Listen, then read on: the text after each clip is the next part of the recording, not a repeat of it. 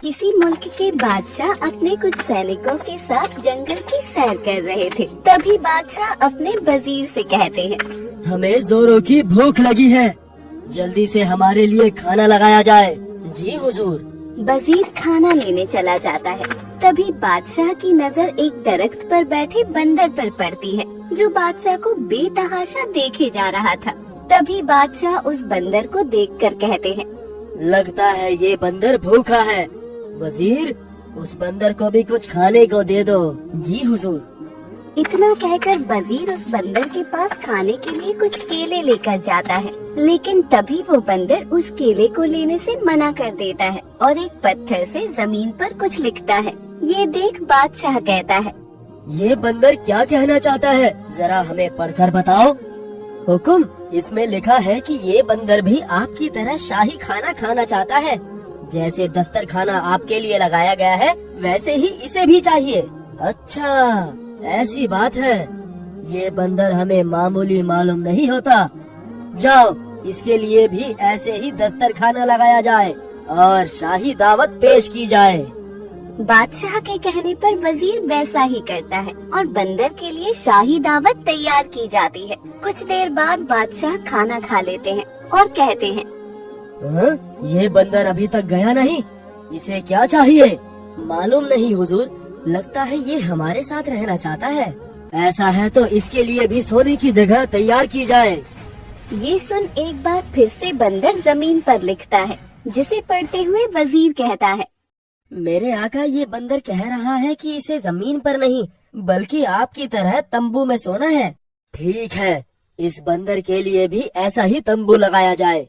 ये बंदर हमें कुछ ज्यादा ही पसंद है, बाकी मखलूकों से बेहतर समझदार मालूम होता है। आज से ये हमारा साथी है और हमारा खासम खास भी। बादशाह के हुक्म पर बंदर के लिए भी शाही तंबू लगाया जाता है। अगली सुबह बादशाह अपने वजीर और गुलामों के साथ अपने महल वापस आ जाता है, जहां बादशाह का वजीर बादशाह से कहता है, हुकुम, इस बंदर का क्या करना है? ये कहाँ रहेगा? कहाँ रहेगा से क्या मतलब है तुम्हारा? ये हमारे साथ ही रहेगा, हमारे महल में। ये सुन बंदर फिर एक बार कुछ लिखता है, जिसे वजीर पढ़कर बताता है, हुकुम, ये बंदर तो कह रहा है कि इसे आपकी तरह एक महल चाहिए। ये अपने अलग महल में रहना चाहता है। ऐसी बात है तो ठीक है, हमारा दूसरा महल खाली है, आज से तुम वहीं रहोगे। इतना कहकर बादशाह वहाँ से चला जाता है। उसके जाने के बाद दो गुलाम आपस में गुफ्तगू करने लगते हैं। अरे, ये सुल्तान को क्या हो गया है? वो इस बंदर की बातें क्यों मान रहे हैं? भला एक बंदर को इतना बड़ा महल क्यों दिया गया है? कोई तो वजह रही होगी ना। मुझे तो लगता है ये कोई बेशकीमती बंदर है, वरना बादशाह किसी बंदर के लिए इतने हमदर्द कैसे हो सकते हैं? आहिस्ता आहिस्ता ये बात पूरे सल्तनत में फैल जाती है कि बादशाह ने एक बंदर को अपना अजीज बना रखा है और उसे अपना महल दे रखा है। इस बात से सभी हैरान थे, यहाँ तक कि जब ये बात बादशाह की बेगम को मालूम होती है तो वो गुस्से में लाल अपने शौहर से सवाल करती है, ये हम क्या सुन रहे हैं? आपने एक बंदर को अपना अजीज बना रखा है और उसे अपना महल भी दिया है। हाँ, वो कोई मामूली बंदर नहीं है, हमें वो काफी मुख्तलिफ मालूम होता है और हमें ये भी मालूम है कि हम कभी गलत नहीं होते। आपकी अकल पर पत्थर पड़ गए हैं क्या? एक बंदर को इतनी अहमियत ना दीजिए, हमें तो दाल में कुछ काला लग रहा है। आप ज्यादा सोच रही हैं, ऐसा कुछ भी नहीं है। ठीक है, आपको जैसा ठीक लगे वैसा कीजिए। इतना कहकर मलिका वहाँ से चली जाती है। अब पूरी सल्तनत में उस बंदर के ही चर्चे थे। वो बंदर भी अब सुल्तान के महल आया जाया करता था। जब भी बादशाह अपने महल में अपनी आवाम से मुखातिब होकर इंसाफ किया करते, तो वो बंदर भी वहाँ जाकर ये सब देखा करता। लेकिन कई बार वो बादशाह के हाथ से कलम छीनकर उनके इंसाफ को खारिज करके सही फैसला बादशाह को बताया करता। तुम्हारी इतनी जरूरत कि तुमने हमसे यानी बादशाह के हाथ से कमल छीना? मेरे हुक्म, इस बंदर ने इस कलम से कुछ लिखा है, पढ़कर बताओ। मेरे बादशाह, आपने जो फैसला सुनाया है वो इस गरीब के हक में बेहतर नहीं है। ये मामला जरा नाजुक है, आप एक बार फिर इस पर ख्याल कीजिए और देखें कि इस गरीब ने रोटी की चोरी अपने बच्चे का पेट भरने के लिए की थी, इसलिए इसे सजा ना दी जाए। बहुत खूब। हमें मालूम था तुम कोई मामूली बंदर नहीं हो, बल्कि बहुत ही समझदार बंदर हो। हम ऐसा ही करेंगे। बादशाह उस बंदर की बात सुनकर गरीब के हक में फैसला लेते हैं। ये देख सभी हैरान थे कि एक बादशाह एक जानवर बेजुबान बंदर की बात मान रहे हैं। धीरे धीरे बंदर के किस्से महल में बादशाह की बेटी तक भी पहुंच जाते हैं। बादशाह की एक ही बेटी थी जिसे वो अपनी जान से ज्यादा प्यार करते थे। एक दिन जब शहजादी अपनी सहेलियों के साथ उस बंदर के महल उसे देखने के लिए जाती हैं, जहां उस बंदर की नजर शहजादी पर पड़ती है और वो उसे देखता रह जाता है। ये बंदर तो मामूली मखलूक है, इसमें अब्बा जान को क्या खास बात नजर आई होगी। तभी वो बंदर शहजादी के करीब आने की कोशिश करता है और वो सभी उस बंदर से डरती हुई वहाँ से भाग जाती हैं। लेकिन बंदर के मन में शहजादी की तस्वीर उतर चुकी थी। दूसरी ओर जब शहजादी अपने कमरे में जाकर खुद को निहारती है तो उन्हें आईने में उस बंदर का चेहरा नजर आता है। या अल्लाह, ये क्या हो रहा है? मुझे उस बंदर की शक्ल क्यों नजर आ रही है? शायद हम थक गए हैं। कुछ देर बाद जब शहजादी दोबारा अपने कमरे में वापस आती है तो देखती है वो बंदर उनके कमरे में आकर बैठा था, जिसने आईने पर कुछ लिखा हुआ था। तुम यहाँ क्या कर रहे हो? और ये क्या लिखा है? तुम मुझे पसंद हो, मुझे तुमसे पहली नजर में इश्क हो गया है, क्या मेरी बेगम बनोगी? ये पढ़ पहले शहजादी हैरान होती है, जिसके बाद वो हंसते हुए कहती है अब अब्बा जान की तरह तुम हमें भी पसंद आ रहे हो, बहुत मजाकिया हो तुम। शहजादी और वो बंदर अच्छे दोस्त बन जाते हैं। अब हर दिन बंदर और शहजादी एक दूसरे के करीब आ रहे थे।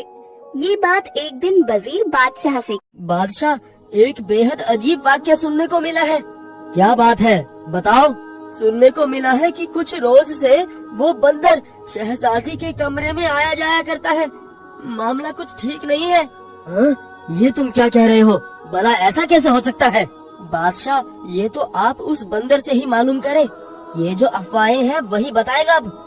वजीर की बात से बादशाह आग बबूला हो जाते हैं और बंदर के महल की ओर चल देते हैं, जहां बंदर अपने कमरे में आराम कर रहा था। ये हम क्या सुन रहे हैं? तुम हमारी बेटी के कमरे में आया जाया करते हो? ऐसा करने की तुम्हारी हिम्मत कैसे हुई? तुम्हें हमने अपना खास बनाया है, इसका मतलब ये नहीं है कि तुम हमारी बेटी को परेशान करोगे।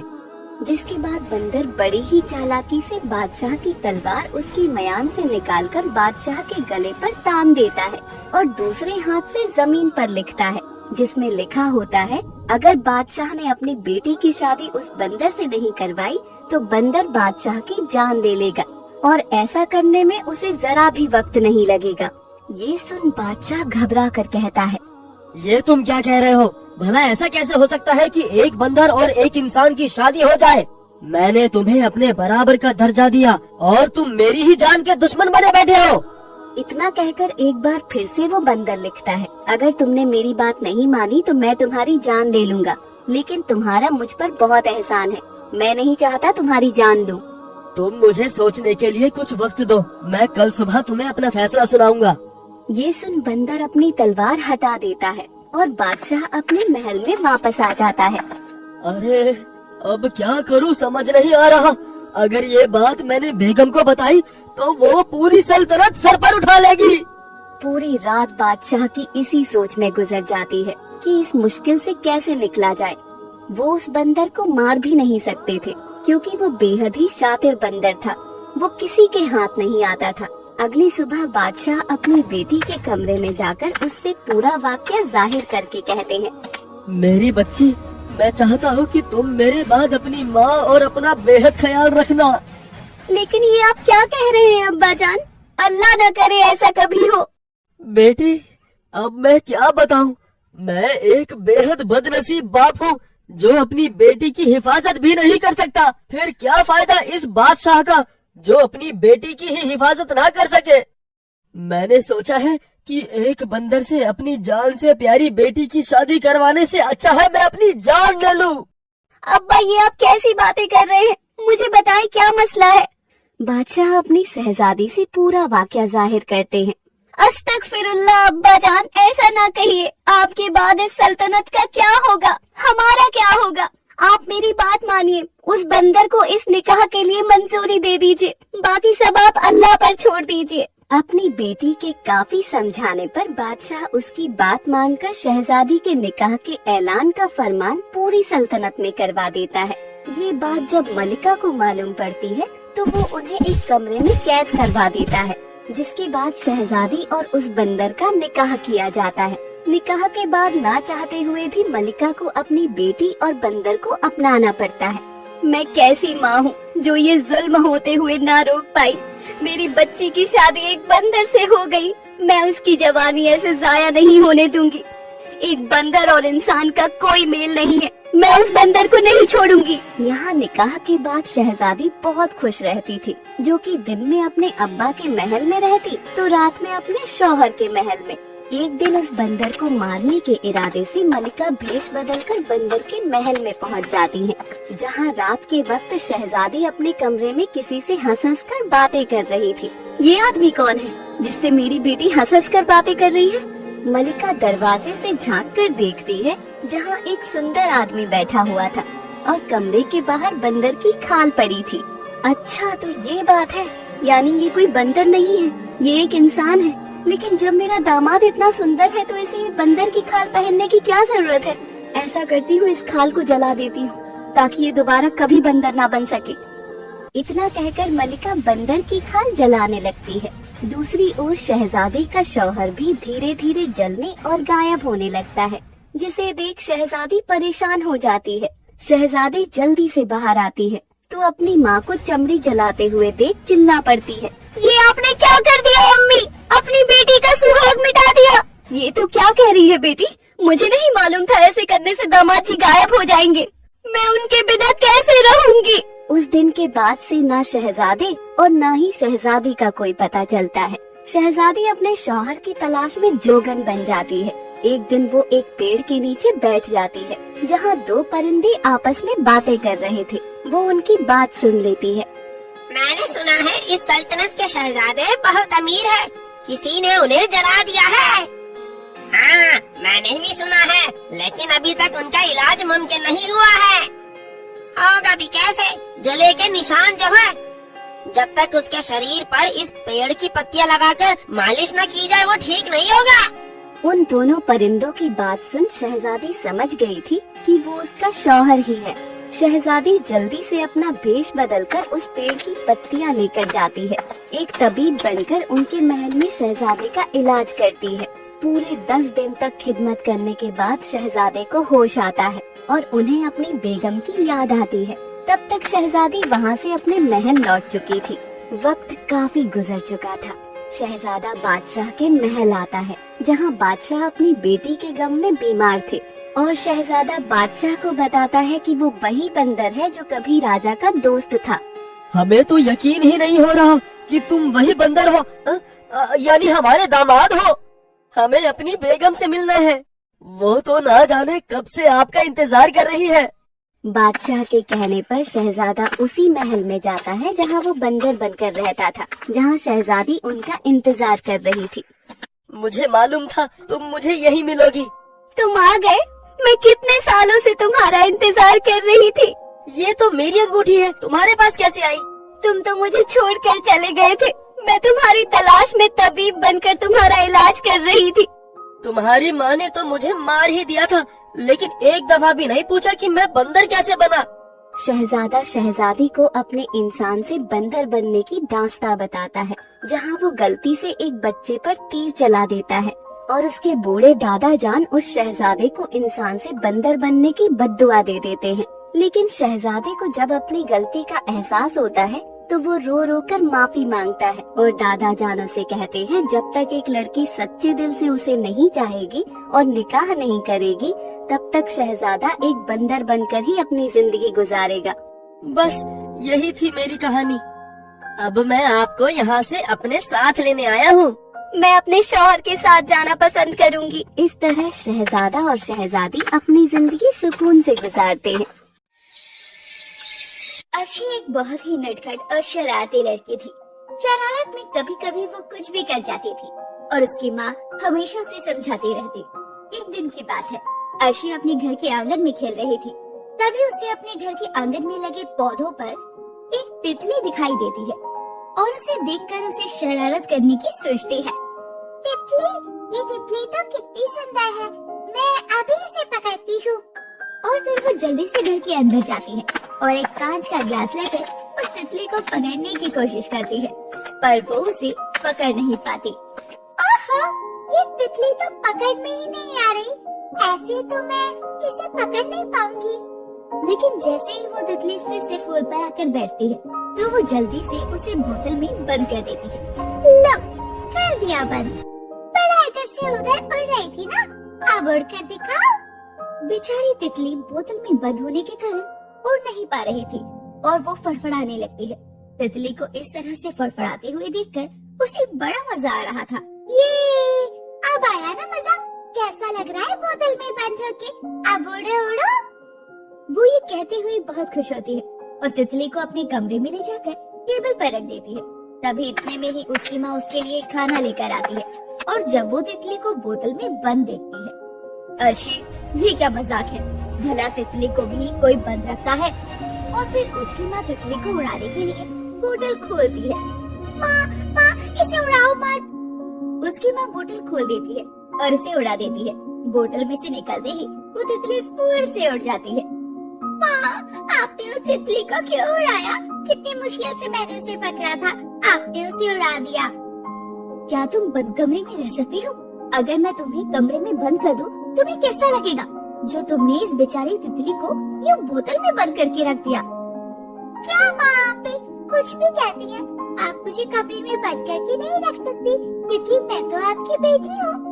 किसी दिन जब तुम्हारे साथ कोई ऐसा करेगा ना, तब तुम्हें एहसास होगा कि कैसा लगता है मेरी बच्ची। ये कहकर उसकी माँ रसोई में काम करने चली जाती है और अपने कामों में लग जाती है। और जब शाम होती है, उसकी माँ खाना बना लेती है तो वो अर्शी और उसके पापा को खाने के लिए आवाज लगाती है। खाना तैयार है, अगर खाना खा लो। अर्शी और उसके पापा खाने के टेबल पर आ जाते हैं और साथ में मिलकर खाना खाने लगते हैं। और खाना खाने के बाद सब अपने अपने कमरे में सोने चले जाते हैं और अर्शी भी अपने कमरे में जाकर सोने चली जाती है। और जैसे ही वो सोने वाली होती है, तभी उसकी नजर एक मकड़ी पर पड़ती है। मकड़ी, ये मकड़ी जाला बुनते हुए कितनी अच्छी लग रही है, लगता है ये रहने के लिए अपना घर बना रही है। उसे इस तरह से जाला बनाते हुए देखकर उसे फिर से शरारत सूझती है और जैसे ही उस मकड़ी का जाला पूरा होता है, वो फिर से उसका जाला तोड़ देती है और फिर वो मकड़ी फिर से अपना जाला बनाना शुरू कर देती है। उसे फिर से जाला बनाते हुए देखकर उसे बड़ा मजा आता है और वो खुश होते हुए कहने लगती है, ओहो, मैं भी देखती हूँ कि तुम ये जाला कैसे बना पाती हो। जाला टूटने के बाद वो मकड़ी फिर से अपना जाला बनाना शुरू करती है और जैसे ही उसका जाला पूरा बन जाता है तो अर्शी फिर से उस जाले को तोड़ देती है। इस बार उस मकड़ी को बहुत गुस्सा आता है और वो अर्शी को काट लेती है, जिससे वो दर्द से चिल्ला उठती है। लगता है मकड़ी ने मुझे काट लिया, इसकी इतनी हिम्मत, इसने मुझे काटा, अब मैं इसे नहीं छोड़ूंगी। और वो उस मकड़ी को जिंदा ही मार डालती है और उसके बाद अपने बिस्तर पर जाकर सो जाती है। तभी जैसे ही आधी रात होती है, उसके शरीर में उस मकड़ी की आत्मा घुस जाती है।